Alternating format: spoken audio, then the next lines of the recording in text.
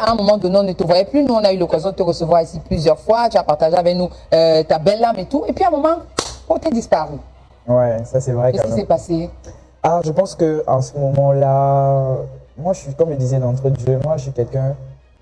Je suis entré dans le showbiz par envie, pas pour partager ma passion.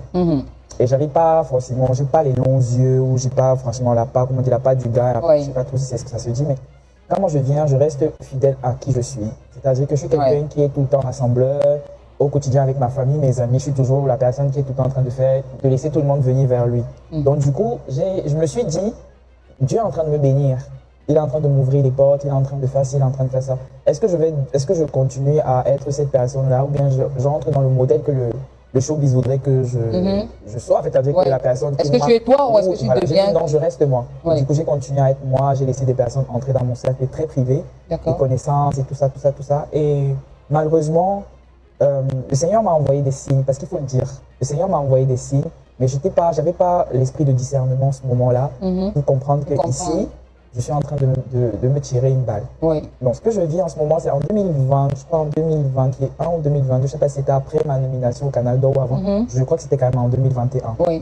Je suis chez moi, à la maison avec ma mamie, en mode, voilà, je ne suis pas sortie depuis, j'avais arrêté de voir mes connaissances avec, parce que je comprenais déjà que beaucoup de gens venaient autour de moi juste pour gratter un peu de, voilà. J'étais vraiment intéressée. Oui, j'étais intéressée, toutes les personnes autour de moi venaient prendre quelque chose, voilà, on fait des voyages, un besoin, un ciel. À un moment, je me sentais un peu utilisée. Je me dis, mais qu'est-ce qui m'arrive? J'ai pris donc des distances avec toutes ces personnes-là et je restais plus avec ma famille.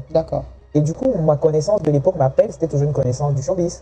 J'ai connu un événement voilà, de mon styliste, Freddy Mayongo. Et tout ça, je l'ai rencontré derrière les coulisses, donc il m'a présenté et on a continué à faire des voyages ensemble. Quand il y avait des événements, j'étais toujours là, c'était toujours le même cercle. Il m'appelle, il me dit, mais je ne t'ai pas vu depuis, tu as un problème? Je dis, non, je suis juste chez moi. Il me dit, ok, j'ai l'anniversaire de ma cousine ou c'est ma soeur et elle est super fan de toi. Donc j'aimerais juste que tu viennes faire acte de présence et faire des photos. Je dis, j'ai pas trop envie. Je dis, c'est où le endroit? Il me dit, c'est à Bonabéry. Non, j'appelle même pas ton manager.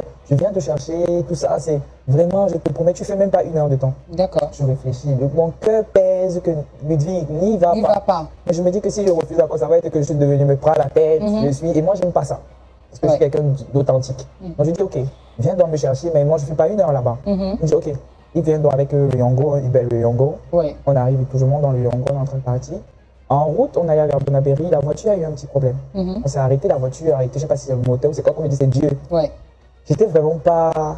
J'avais pas les... Encore un signe? Oui, encore un signe, parce que c'est bien après que j'ai analysé tous ces signes-là. La voiture tombe en panne. D'habitude, ce genre de situation m'incommode vraiment et j'aime pas ça. J'aime pas quand je suis pas dans ma zone de confort. Normalement, je serais rentré, j'aurais dit, ok, je commande un autre Yango, moi je rentre chez moi, mais je suis resté en mode, bon, on est déjà sorti, tant qu'à faire, et puis voilà. J'ai poireauté, on a poireauté même 10 minutes là et tout. Après, la voiture a repris, on est parti. Dès qu'on descend du Yango en pleine route, il me dit, ok, la maison n'est pas loin, on va passer par cette route. Il est 22h30. Je lui dis que papa, moi je suis d'abord avec toute ma gloire, parce que même au-delà de quoi, moi je ne suis pas béni à un anniversaire. Mais oui, c'est pas glorieux, c'est pas. Parce que même quand même si tu es une petite star ou une pseudo-star, aujourd'hui il faut maintenir, on appelle le charisme que tu vas bénir avec tout le parfum que tu as mis. Oui, c'est déjà fini. Non, moi j'aime pas ce genre de truc, ça me plaît pas. Il me dit, ouais, papa, c'est la famille, on est juste entre la famille, il n'y a même pas. Je dis, non, moi j'aime pas, il veut rentrer, je fais déjà ma crise et tout. Il me dit, non, vraiment. Allons, tu ne mets pas allons. Je dis franchement, moi je l'apprécie pas. Je commence à me mettre en colère. Et dans la colère, je suis à me rendre compte, on est en train de marcher. Vous êtes en train de marcher. On prend dans son petit couloir et on passe vers un stade. Un stade et tout. Moi je suis en train de râler et tout. Et j'ai ma bandoulière. Dans la nuit. Dans la nuit, 22h. Vraiment, j'étais pas. C'était comme si on m'avait donné quelque chose. Je n'ai pas compris moi-même mes réactions ce soir-là. J'ai rien compris du tout. On est en train d'avancer et tout, je suis en train de parler et tout.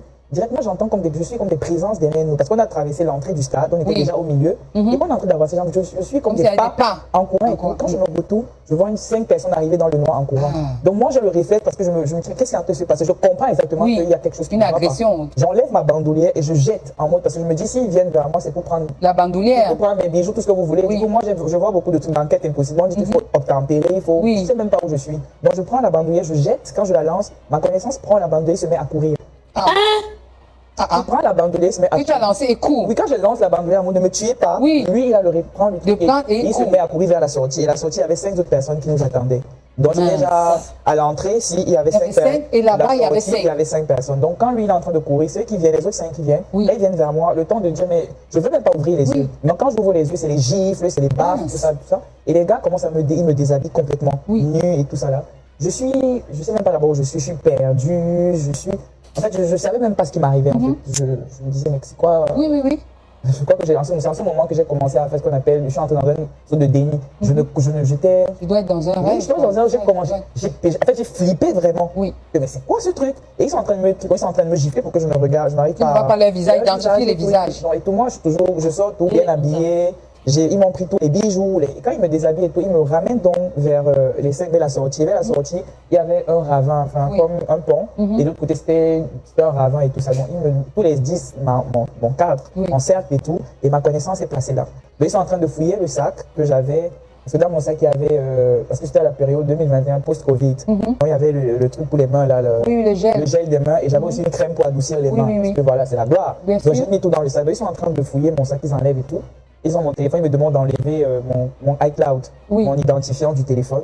Et moi, maintenant, je ne connais plus le mot. Dans la panique, dans ce que je vis, je ne me rappelle pas du mot de passe. Et ils me donnent, ils font me gifler. En ce moment, je ne ressens même pas la douleur. Vraiment, je ne ressentais pas quoi que ce soit. J'étais juste en mode, je veux juste survivre. Donc, voilà, je veux juste survivre et tout. Donc, tu obtempères. Oui, j'obtempère et tout. Donc, du coup, quand ils finissent excusez-moi, quand ils finissent de fouiller mon sac, et ils jettent mon sac, ils me demandent maintenant, tu fais quoi avec les crèmes et tout ça là? Tu es... Voilà, tu es double cible? Oui. Je dis non, je ne le suis pas. Mais pourquoi qu'est-ce qu'un homme fait avec des choses comme ça? Et tout? Je dis non, je ne le suis pas. Qu'est-ce que tu fais ici?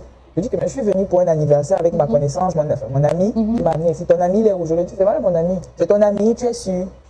Au final, je ne sais plus ce qui se passe. Je suis perdu. Je dis, mais qu'est-ce qui est en train de se passer? Je le regarde en mode avec les yeux que. Oui, mais qu'est-ce qui se passe? Mes frères, qu'est-ce qui est en train de se passer? Qu'est-ce que tu fais là? Moi, je suis au sol, toi, tu es debout. Lui-même, il n'arrivait pas à me regarder. Il était en mode. La tête baissée. Tu sens qu'il a vu les gars de son quartier. Je ne sais pas ce qui s'est passé, je ne sais vraiment pas ce qui s'est passé. Et du coup, quand il finit, il se rend compte que bon, ils me disent, ok, regarde mon compte, tu as combien dans ton compte Orange Money? Je ne sais plus combien j'avais à l'époque, un truc comme. Parce qu'il les a dit, à l'époque, j'avais un restaurant. Mais il les a dit, oh, c'est un petit, il a beaucoup d'argent. Il marche toujours avec l'argent sur lui, je suppose. Parce qu'il me demandait, c'est tout ce que tu as sur toi. J'avais un iPhone 12, j'avais quoi, 25 000 dans mon Orange. Après, il me demande qui d'autre peut envoyer l'argent. Je dis, en ce moment, dans ma tête, je me dis, bah, si j'appelle ma mère, j'ai jamais fait ça à maman. Appeler, lui demander, ça veut dire que ça va l'alerter. Je dis, non, il y a ma mère. Si j'appelle ma mère, elle peut envoyer l'argent, même si c'est quoi, c'est ma connaissance qui dit que non, c'est qu'on a déjà, c'est bon. Les sort comme ça. Et les gars, alors, se fâchent. Parce qu'ils étaient une dizaine, il y avait une dizaine, ils vont faire quoi? Ils vont se partager ce petit butin comment? Donc dans les nerfs, alors les gars, il fallait qu'ils me fassent quelque chose, donc ils n'étaient pas d'accord avec le fait qu'ils n'ont pas pu avoir ce qu'ils voulaient et tout. Donc il y a un gars, je ne sais pas si c'était leur chef, qui sort torse nu en train de fumer, il sort. Il avait un énorme couteau ici. Oh là là là là. Je vois le gars arriver vers moi, je baisse, parce que dans ma tête, c'est que je ne veux pas voir son visage. Je ne veux pas voir, donc je baisse la tête comme ça et tout. Quand je baisse la tête, il demande à ces gens de me balancer, donc de m'arrêter les mains et de m'arrêter les pieds. Et ils prennent mon gel de la maison ramassée, je crois, une bouteille de jus, hop là, enfin, des petites bouteilles, tout ça, que quelqu'un a jeté en route parce qu'on était en stade. Une bouteille vraiment sale, je sais pas quoi. Et ils ont pris Ils ont mélangé les deux. Ils ont mis mon gel des mains du bout là, où il y a le bouchon là et tout. Et après, quand ils m'ont balancé, ils ont fait, voilà, je ne vais pas trop dire des choses parce qu'il y a des enfants dans la salle et tout. Et après, quand ils ont fini, parce que j'avais les mains comme ça et les pieds comme ça, j'étais en mode, je ne sais pas ce qui se passait. Quand ils ont fini, ils m'ont lâché et j'ai tapé ma tête. J'étais là comme un bandit. En fait, j'étais là en sécurité comme si on avait arrêté un bandit au quartier. Il n'y avait pas des gens qui passaient? Non, c'était 22, 23. Tu sens que c'est les bandits du quartier. Et personne ne peut intervenir. Oui, à cette heure-là, 23, 22h30. Je ne sais même pas quelle heure il était, mais il était tard. Parce que je n'avais même pas l'heure, je ne savais pas, il était tard et on était vraiment dans le stade là et tout. Vraiment, quand je passe à ma bonne chaque fois que je vois l'endroit, c'est des. Oui, je m'imagine des traumatismes. Oui, c'est normal. Donc, du coup, quand ils finissent comme ça, ils me disent, ok, va, rentre. En mode, ils ont fini, ils m'ont dit de rentrer. Et moi, je suis nu et tout, je veux vivre, je sais qu'on m'a pas tué et tout. On m'a vu tout le visage, j'ai le sang partout. Le visage, les bosses, tout ça, je sais pas ce qui se passe. Moi, j'ai la présence d'esprit de continuer à marcher. Donc, quand je marche et tout, j'arrive, il y a toujours des microfinances ouvertes à Bonafère, avec des gardiens qui gardent les microfinances à Bonaberry et tout. Donc, quand je suis en train de marcher, je suis nu et tout, je viens devant le monsieur, je tremblais. Il m'a vu, je dis bonjour papa. S'il vous plaît, aidez-moi, je viens de me faire agresser. Et les gars étaient encore au carrefour au fond, là, ils étaient en train de fumer au carrefour. Le monsieur me regarde et tout, il avait mis son pagne par terre pour dormir et tout. Donc il me donne, c'est mon papa, il a ressenti et tout. Donc il me donne le. Pardon. Désolé. Voilà. Non, normalement, je ne dois pas. Non, ça va, c'est normal que tu pleures. C'est normal. Le monde est méchant. C'est normal que tu pleures. C'est normal. Tu n'as même pas à t'excuser. C'est normal. Non, mais ma psy m'a dit que je dois être capable de raconter cette histoire sans pleurer parce que ça fait 3 ans que je vis dans ça. Je ne veux plus en fait. Ça va. Je suis désolé. Tu n'as pas à t'excuser. Et celui qui t'avait appelé, il est porté disparu parce que j'ai fait une plainte après ce qui s'est passé. Je suis allé à la gendarmerie à Bonadjo. J'ai déposé une plainte et tout ça. Et quand on est allé chez lui pour le récupérer avec la police, il était en fuite et tout. Et on a vu ses parents. Et moi, je suis un enfant aussi. Je ne veux pas que si je fais des trucs demain, c'est mes parents qu'on arrête. Donc pendant pratiquement 1 an ou 2 ans, j'ai continué à aller voir la police, à donner de l'argent parce que c'était toujours des histoires d'argent. Il faut payer l'enquêteur, il faut. À un moment, si je vivais, j'ai commencé une dépression intense. J'avais peur de tout le monde. J'avais peur des réseaux sociaux. Je ne voulais plus rien en fait. Rien ne m'intéressait. J'ai fait 6 mois à la maison, même aller à la boutique, même sortir devant le portail. Je ne pouvais pas parce que j'avais peur. Parce que j'avais peur de tout, j'avais peur de tout le monde, je ne savais plus à qui faire confiance, même ma propre mère, maman, et ma mère, elle vivait ma dépression. Parce que voir son enfant aussi mal, aussi... pour une maman, c'est pas évident. C'est pas évident, mais après, il faut que je dois me lever parce que j'ai la psy qui m'aide depuis le début, parce qu'aujourd'hui, moi, je parle de cette histoire parce que je ne veux pas qu'on me prenne pour une victime. Je veux qu'on me prenne pour un survivant, et parce que je veux parler d'un sujet qui est fort, qui est la dépression. Que beaucoup de gens vivent. Et que beaucoup de Camerounais vivent au Cameroun aujourd'hui, qui est la dépression, et on n'en parle pas assez, parce que les psychologues, on a l'impression qu'ils ne foutent rien. Mais aujourd'hui, on doit mettre en avant cette maladie, parce que moi, j'ai accepté que j'étais malade.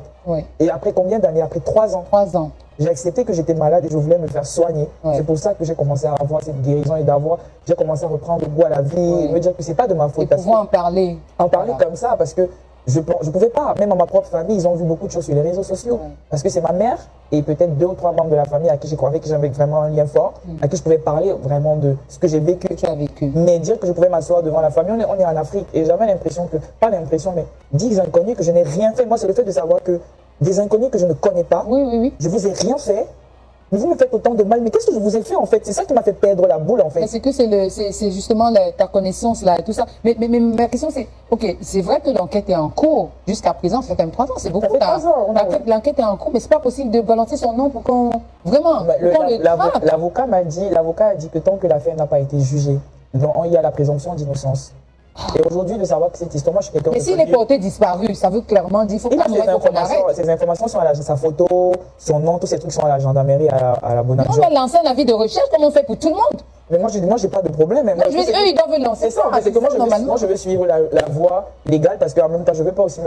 Parce qu'aujourd'hui, je comprends très bien. Je vois l'opinion publique parce que par rapport à cette histoire, il y a beaucoup de gens qui sont des parents, qui sont des frères, qui sont touchés par cette histoire. Et on a l'impression que je cache quelque chose en nous. Mais c'est que j'ai dit, si quelqu'un veut me donner un coup de main de manière légale, de manière pas la voie normale. Il faut qu'on aille bousculer. Moi, j'ai pas de problème. Voilà. J'ai pas de problème. Toutes ces informations sont depuis le début à la police. Tout ce que je veux, c'est juste. Je veux avancer. Je veux avancer parce que cette histoire, je suis sortie. Parce que ma psy m'a dit, la dernière étape pour vraiment avancer dans ma vie, c'est de dénoncer, d'en parler et de vraiment avancer. Et c'est pour ça qu'aujourd'hui, je suis sortie, on m'a dit pourquoi est-ce que tu en parles aujourd'hui? Je dis j'en parle aujourd'hui parce que je me sens prêt. Parce que tu es prêt à en parler et que ça aide les autres aussi. Parce que quand j'ai vécu le truc, j'ai fait un communiqué de presse sur ma page que j'ai vécu une agression, je vais prendre des vacances. Pour le moment, je vais prendre ma retraite. Oui, tout à fait. J'avais fait, mais j'avais vraiment pas expliqué aux gens. La profondeur, on est au Cameroun. C'est vrai que je vois beaucoup de messages. Je suis préparé par rapport aux messages, aux commentaires des gens, par rapport à tout le fait que je porte des cabas ou par rapport au fait que je fasse des personnages féminins. Je pense que c'est toi-même qui a provoqué ça. Oui, il y a beaucoup de gens et je trouve ça un peu, je trouve ça méchant à la limite, c'est barbare parce que rien ne justifie un acte aussi violent. Bien sûr. Je dis bien, rien ne justifie un acte aussi violent. Même si la personne t'a fait quoi, tu n'as pas à être aussi... Je suis l'enfant de quelqu'un, je suis le frère de quelqu'un. Est-ce qu'il a pensé un peu à tout ce que ça pouvait détruire derrière? Moi, je suis détruit, je suis plus la même personne aujourd'hui, je ne peux plus rire avec tout le monde. Je ne sors plus même aujourd'hui. Même si tu ne sors plus, ça reste que tu es une belle personne. Ça reste que tu es une très belle personne, nous on t'adore. Chers amis, voilà, c'est donc l'histoire tragique qu'a vécu ce créateur de contenu. C'est vrai, personnellement, je n'ai jamais vraiment été d'accord avec ces créateurs de contenu qui s'habillent en tenue de femme pour créer leur contenu. Je n'ai jamais été vraiment d'accord parce que ça renvoie...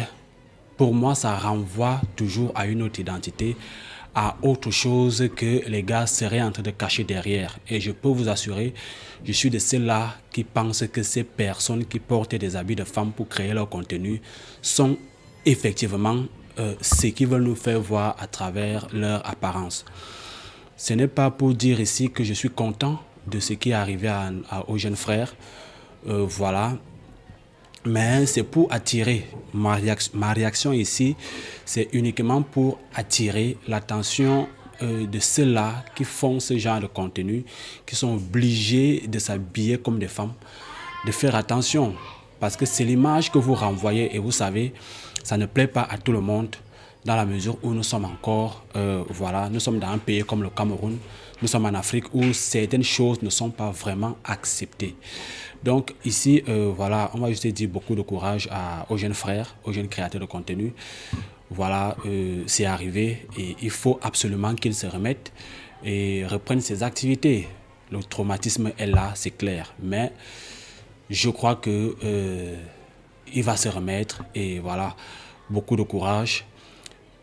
Un autre point, c'est que l'idéal dans ce genre de sortie était que, voilà, il nous donne le nom de la personne. Ça aurait mis les autres, voilà, en garde de ce genre de situation, que ce genre de situation qui ne la répète plus sur une autre personne. Parce que en cachant son nom, le concerné pourrait être en train de perpétrer d'autres maladresses à l'endroit des autres frères. Donc, avoir le nom de la personne nous aurait permis de savoir à qui nous avions affaire. C'est de ça dont il est question. Bon, après, c'est sa version de fait. C'est lui qui est la victime et il sait ce qui s'est passé. Donc, on va s'en tenir à sa version. Voilà, pour terminer, beaucoup de courage, frère. Remets-toi et reviens sur la scène.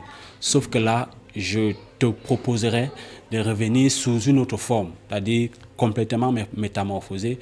Ces histoires de cabaret, de trucs là, vraiment, vraiment, à un moment donné, comme je le disais, c'est vous-même qui laissez que nous pensions que vous êtes ce que vous nous faites voir que vous êtes. Voilà.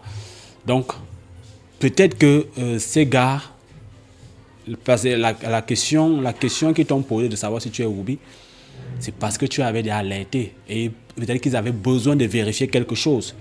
Et qu'est-ce qui nous dit même que cet ami, ton ami là, voilà, était lui Whoopi, était lui double SIM et qu'il voulait se rassurer que tu étais l'un des leurs.